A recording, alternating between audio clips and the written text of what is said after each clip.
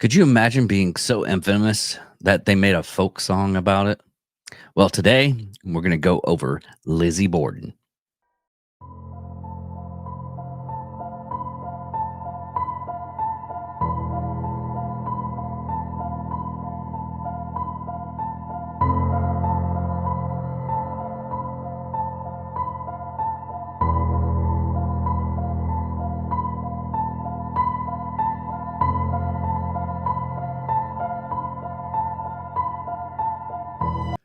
We here at Angry Me Production want to thank our sponsor, Mobile Notary Mindy. She's certified with the National Notary Association. She's also bonded and E&O insured. She offers a wide range of services including wills, powers of attorney, medical documents, healthcare proxies, living wills, certification of trust, assignment of personal property, HIPAA waivers, advanced healthcare directives, and 99 verification. You can find her on Facebook, TikTok, and Instagram at Mobile Notary Mindy. You can also visit her webpage at texasmobilenotarymindy.com. That's TX, mobilenotarymindy.com.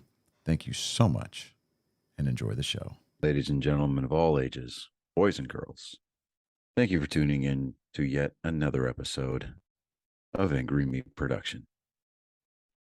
We appreciate you coming in and letting us be a part of your lives week in and week out. We hope to do our best to present you with something that your eardrums delight in.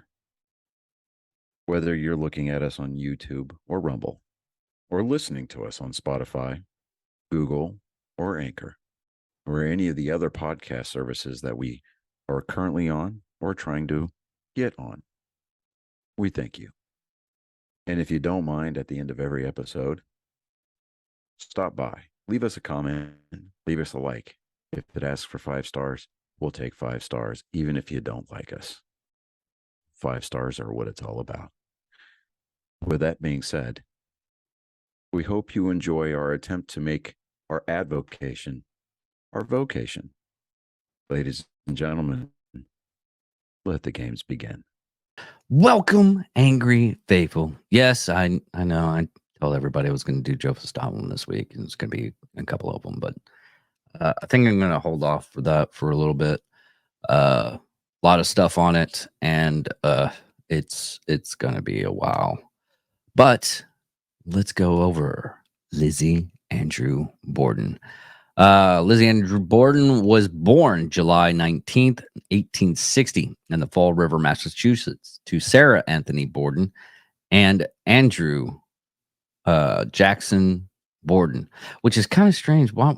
I guess back then some people like put their father's middle name in there as a middle name, which is strange. But anyways, her father was a English and Welsh descendant, growing up in the modest surroundings, and struggled financially as a young man, despite being the descendant of wealthy and influential local residents.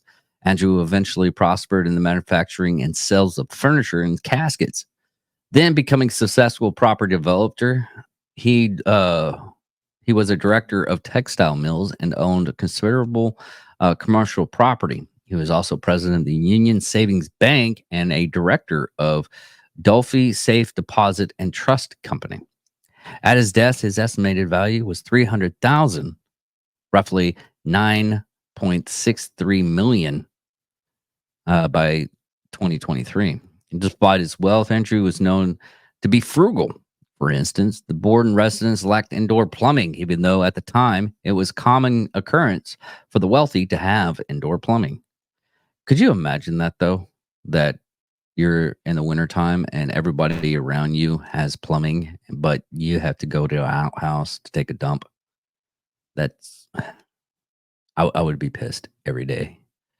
The house stood in a affluent area, but the wealthiest residents of River Falls, including Andrew's cousins, generally lived more fashionable neighborhood called the Hill, which was farther from the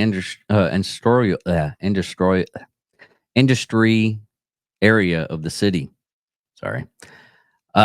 Lizzie and her older sister Emma, Laura Lauren Burden.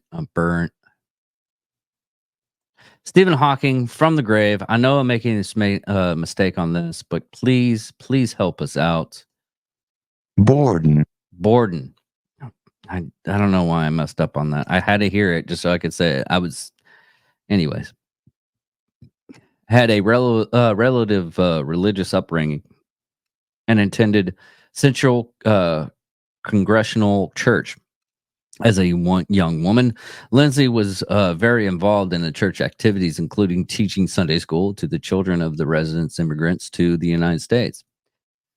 She was also involved in religious organizations such as Christian Endeavor Society, for which she served as secretary treasurer, and complementary social movement such as the Women Christian Temperance Union.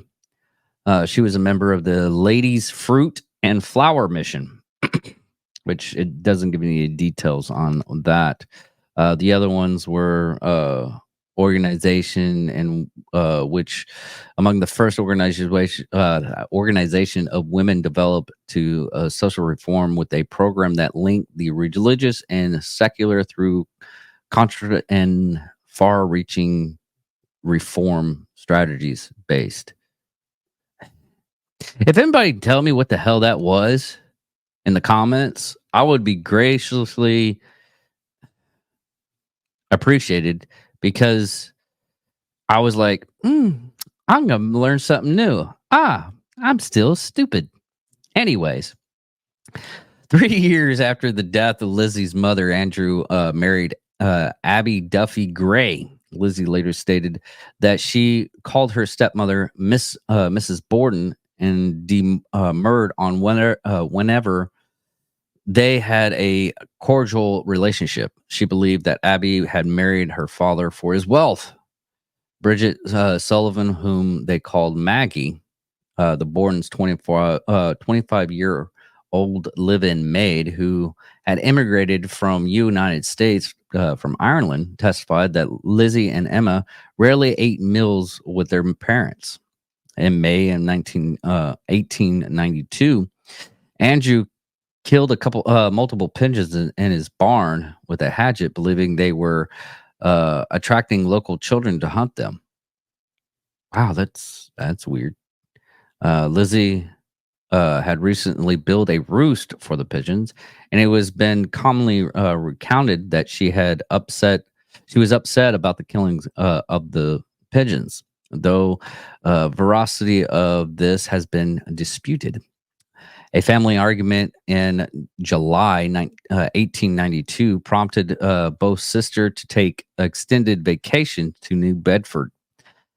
After returning to Fall River a week before the murders, Lizzie chose to stay at a local rooming house for 4 days before returning to the Borden residence.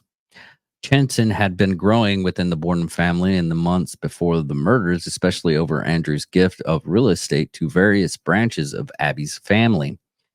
After their stepmother sisters received a house, the sisters demanded and received a rental property, the home they had lived in until their mother died, which they purchased from their father for $1. I wish I could purchase something for a house for $1. Man, that's okay. I guess different times. A few weeks before the murders, they sold the property back to their father for $5,000, equivalent and an equivalent of $163,000 to today's time. The night before the murders, John Vicini Morris, Lizzie and Emma's maternal uncle, visited and was invited to stay for a few days to discuss business matters with Andrew, leading to suspicions that their conversation, and particularly about the property transfer, may have aggravated an already tense situation. For several days before the murders, the entire household had been violently ill. A family friend later suspected that lamb chops, left on the stove to to use as meal over several days was the cause. Basically, they got food poisoning.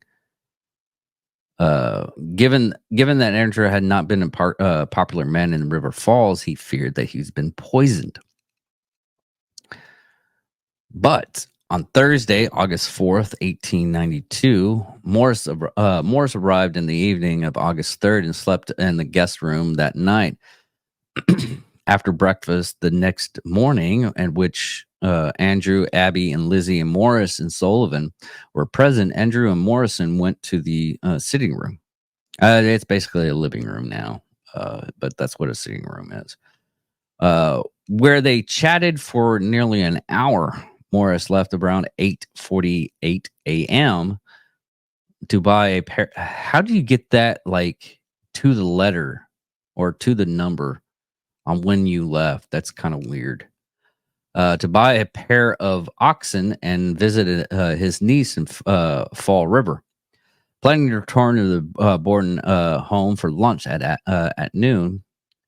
Andrew left for his morning walk sometime after 9 a.m. Although the cleaning of the guest room was one of Lindsay's and Emma's regular chores, Abby went upstairs sometime before 9 a.m. and 10:30 a.m. to make the bed.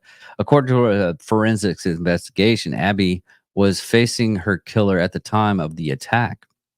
She was first struck on the side of the head with a hatchet, which cut her just above the ear, causing her to turn and face down on the floor, creating concussion on a contusion. I'm sorry, on her nose and forehead. Her killer then struck her multiple times, delivering 17 more direct hits to the back of her head, killing her. When Andrew returned home around 10:30 a.m., his keys failed to open the door, so he knocked. Sullivan went to unlock the door, finding it jammed.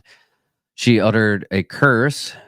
She would later testify that she heard Lizzie laughing immediately after this.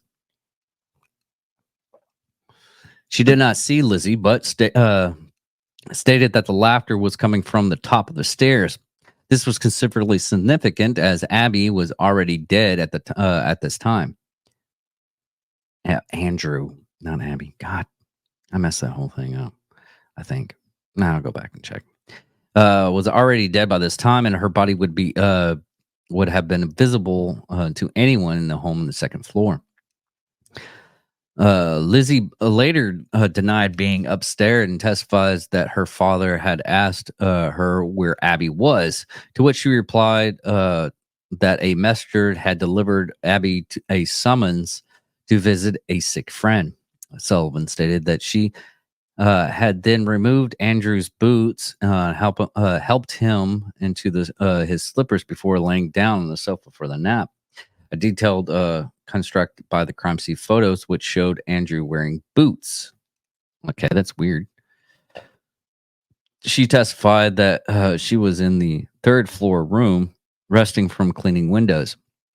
When just at 11:10 a.m., she heard Lizzie's call from downstairs. "Maggie, come quick, father's dead. Somebody came in and killed him."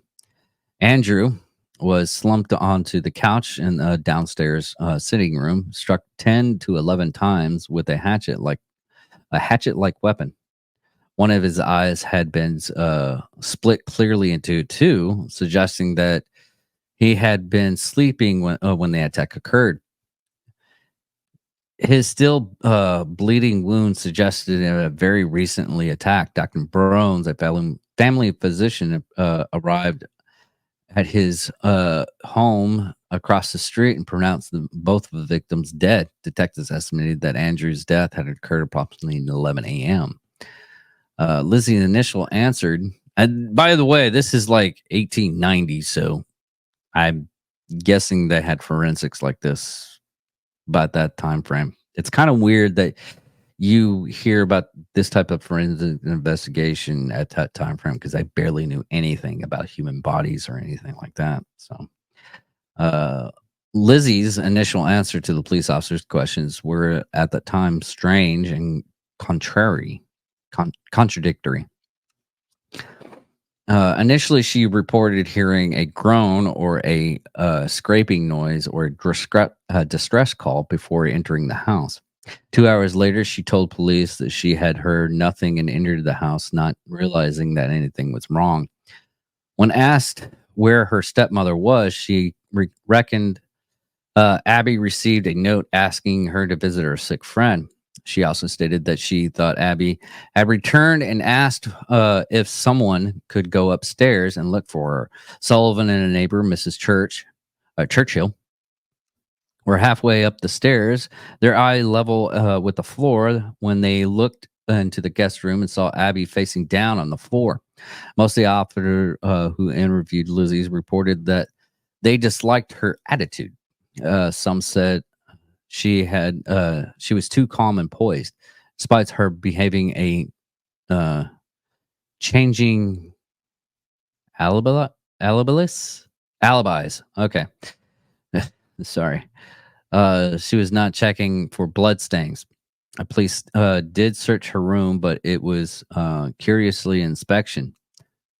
At the trial, they admitted that to not doing a proper search because Lizzie was not feeling well. Oh my God. Nowadays, they don't really care. They were essentially criticized for the lack of diligence. Yeah, I would be too. In the basement, police found 2 hatchets, 2 axes, and a hatchet head that had a broken handle. The hatchet head was suspected of being the murder weapon, as the break of the handle appeared fresh, and the ash and dust on the head, unlike that of the other blade tools, appeared to have been deliberately applied to make it look that as if it has been this in the basement some time. However, none of these tools was removed from the house because of the mysterious illness that had struck the household before the murders. Basically, they all have food poisoning. The family's milk and the victims' stomachs removed during the autopsy performed in the Borden dining room. Wow. Were tested for poison. The milk I can understand, but they checked the stomach on the table for the autopsy in their house. That's wow. Wow. Okay. Wow. None was found.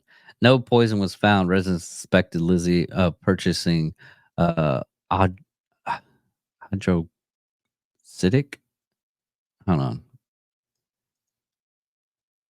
Stephen Hawkins from the grave. Please help me out with this. Hydrocyanic acid. Hydrocyanic acid in the diluted form from the local druggist. I wonder if you could buy that now. Okay. Her defense was that she inquired about the acid in order to clean her furs, despite the local medical examiner testimony that it did not have a antiseptic properties.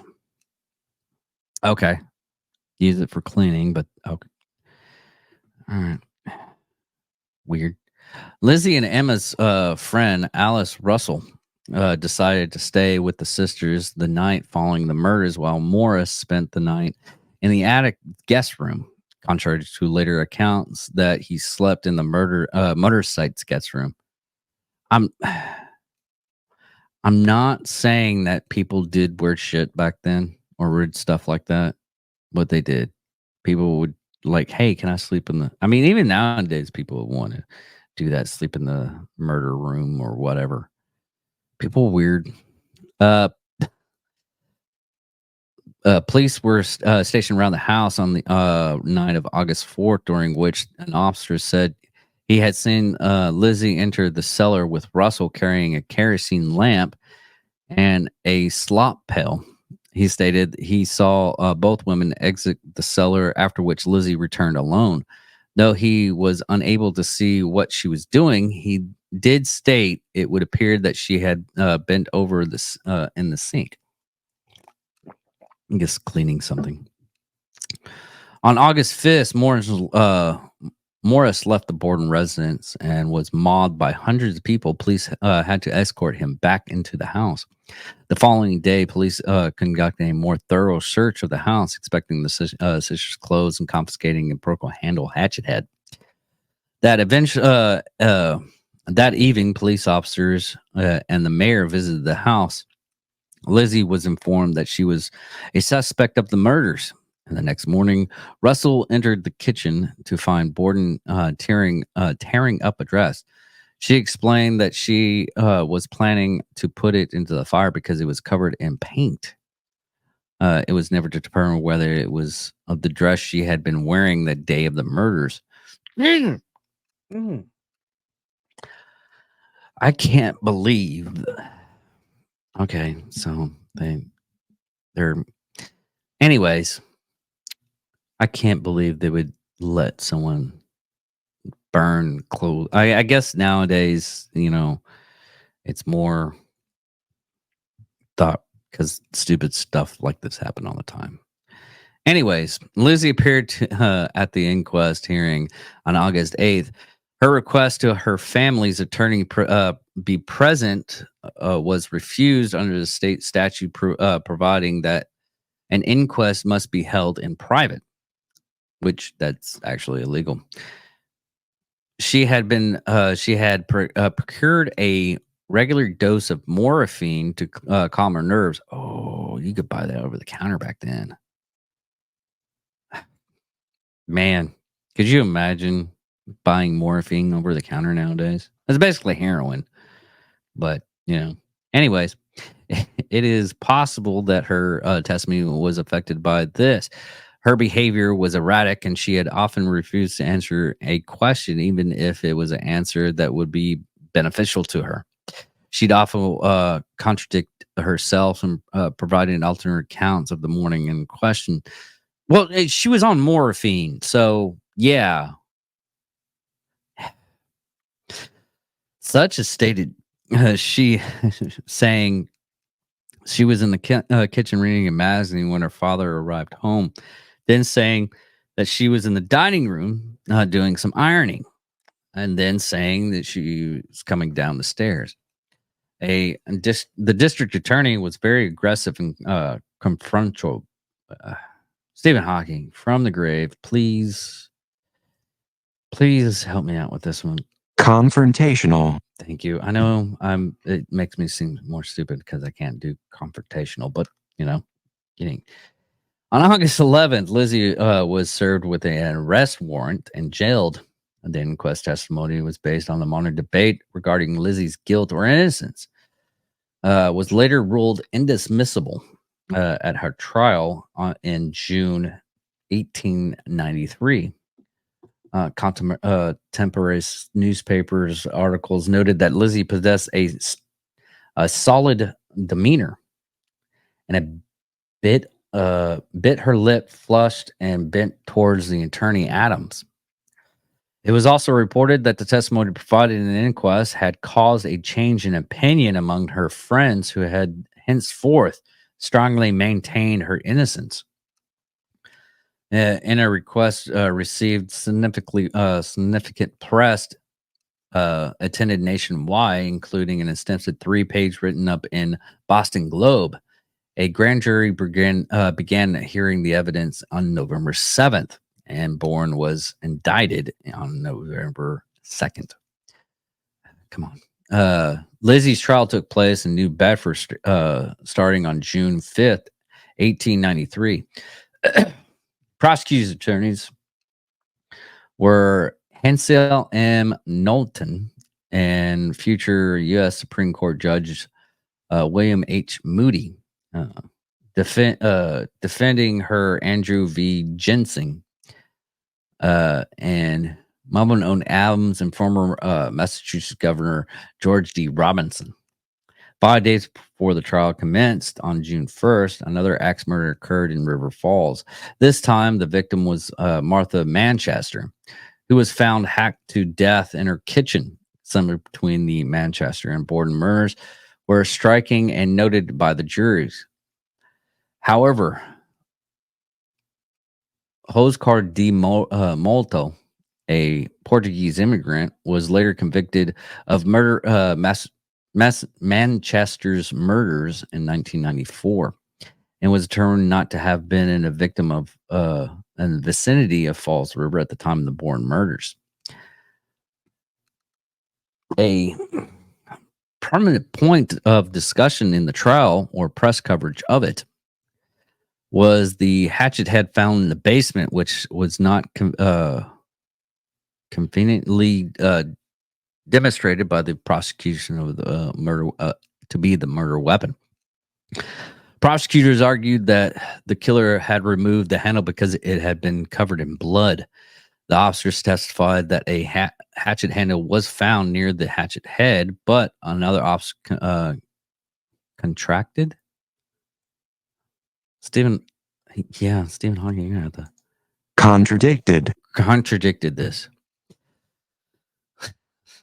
Though no bloody clothing was found at the scene, Russell testified on August 8th, 1992, she had witnessed Lizzie's burning a dress in the kitchen stove, saying that had been ruined by a brushing against wet paint. During the course of this trial, defense never attempted to challenge this statement.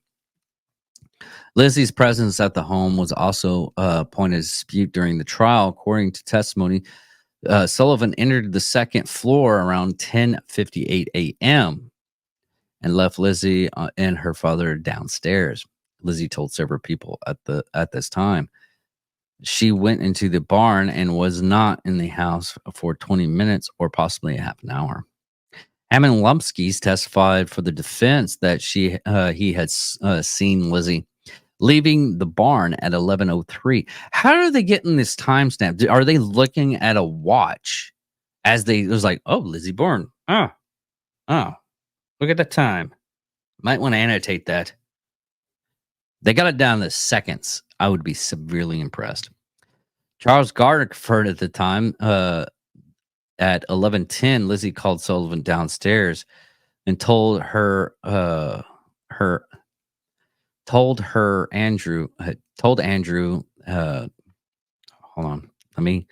Lizzie called Sullivan downstairs and told her Andrew had been murdered and ordered her not to enter the room. Instead, Lizzie sent her to go get a doctor.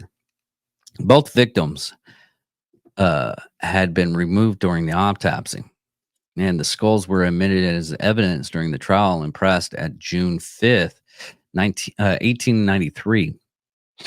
Upon seeing them in the courtroom, Lizzie fainted.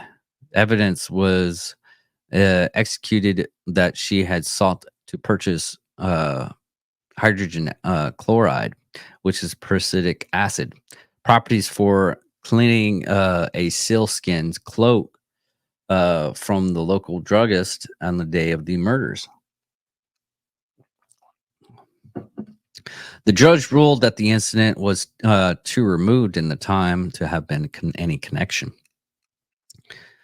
The proceedings associated Justin Drew, who had been appointed by Robinson's when he was governor, delivered a lengthy summary that supported the defense as he charged to the jury before it sent to deliberation on June 20th, 1893.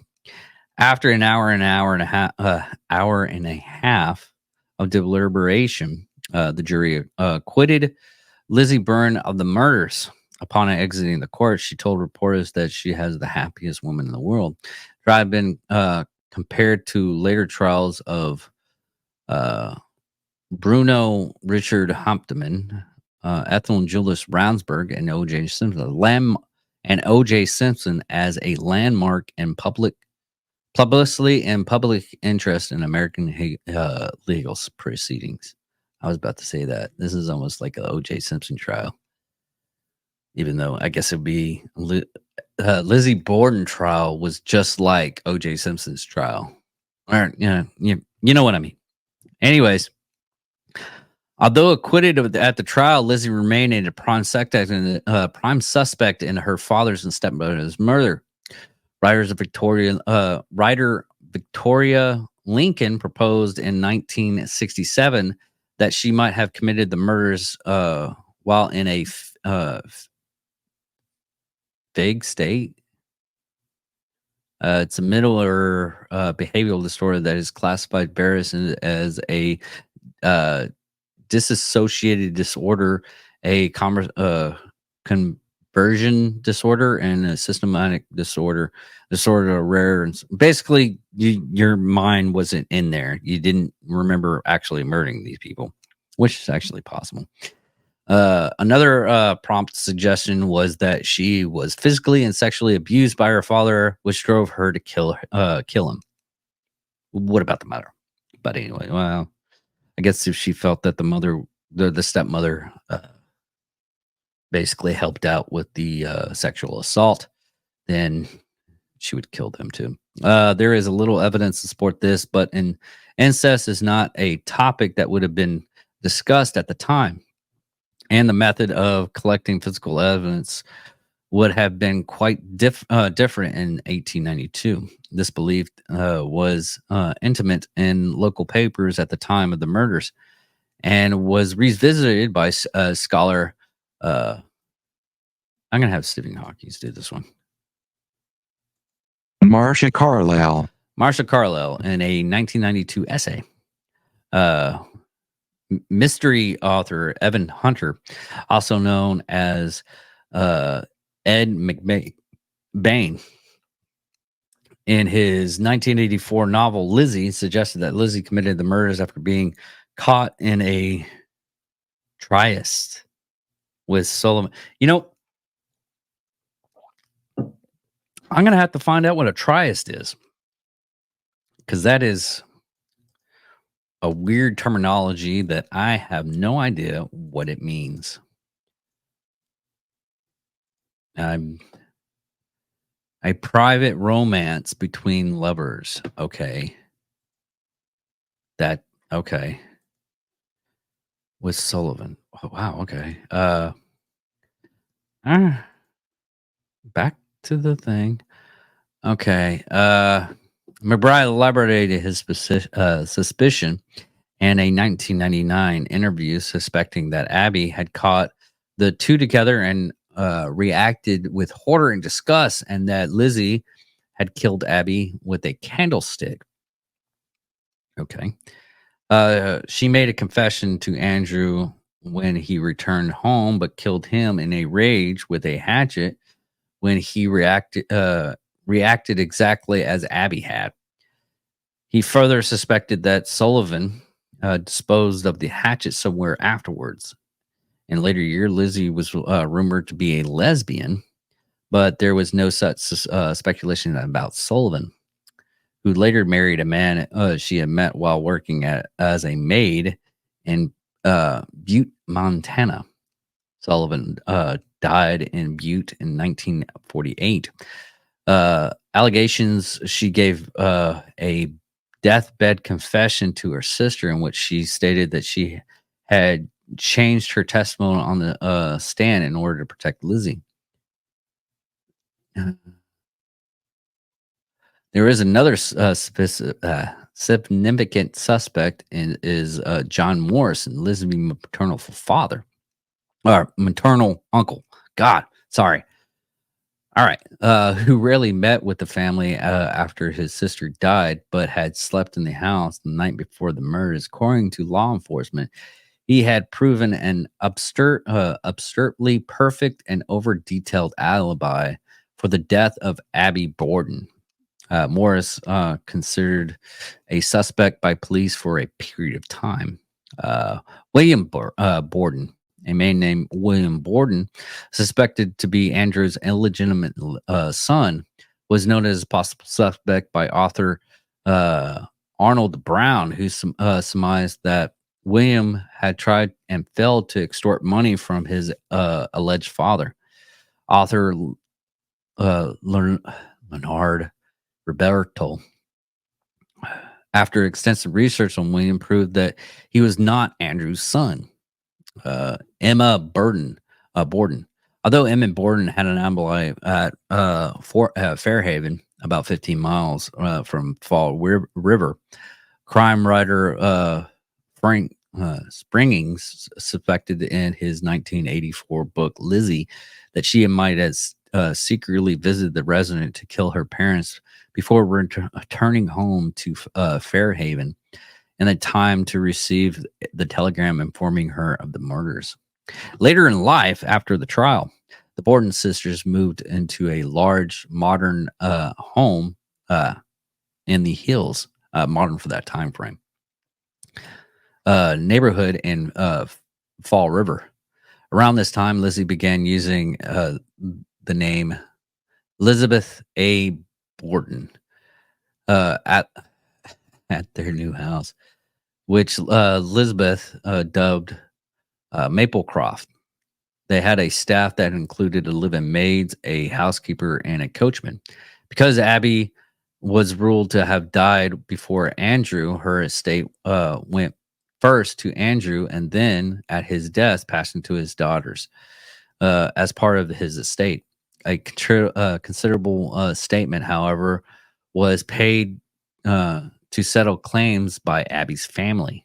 Basically, they paid the family off. So they didn't want to come back and try to get money from Lizzie Borden or anything, or the family thereof. Despite the acquittal, Lizzie was obstructed by River Falls Society. Her name was again brought into the public eye when she was accused of shoplifting in Providence, Rhode Island in 1897. In 1905, shortly after the arrangement over the argument over a party that Elizabeth had given for actress Nancy O'Neill, Emma moved out of the house and never was saw again. Lizzie was ill in her last year following the removal of a gallbladder, and she died of pneumonia on June 1st, 1927, in Fall River at the age of 66. Funeral details were not published, and few attended. 9 days later, Emma died of a cardiac nefarious. It's a term used for several kidney disease. Oh, she had a kidney disease. Okay, in a nursing home in Newmarket, New Hampshire. Having moved to this location in 1923, both for health reasons and to avoid renewed attention following the publicity of another book about the murders. The Borden sisters, never of whom had ever married, were buried side by side in the family plot in Oak Grove Cemetery. At the time of her death, Borden was worth over $250,000, equivalent to $5.652 million. She owned a house at the corner of French Street and Beaumont Street, several office buildings, and shared in several utilities, 2 cars, and a large amount of jewelry. She left $30,000 to the River Falls Animal Rescue League and $500 in a trust for primarial care for her father's grave. Her closest friend and cousin each received $6,000, roughly $136,000 in today's time frame, spending at least some of the time of the estate distributed in 1927. And numerous of friends and family members also received $1,000, roughly about $23,000 in time, or $5,000, roughly $113,000 in today's time.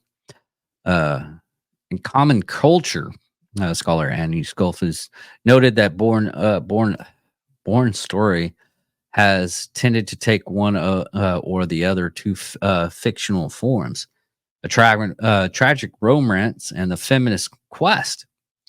As the story of Lizzie Borden had been created and recreated through the rhyme and fiction, it has taken on the qualities of a popular American myth, and legends effectively links the present to the past. Now that the folk rhyme is Lizzie Borden took an axe and gave her mother 40 whacks.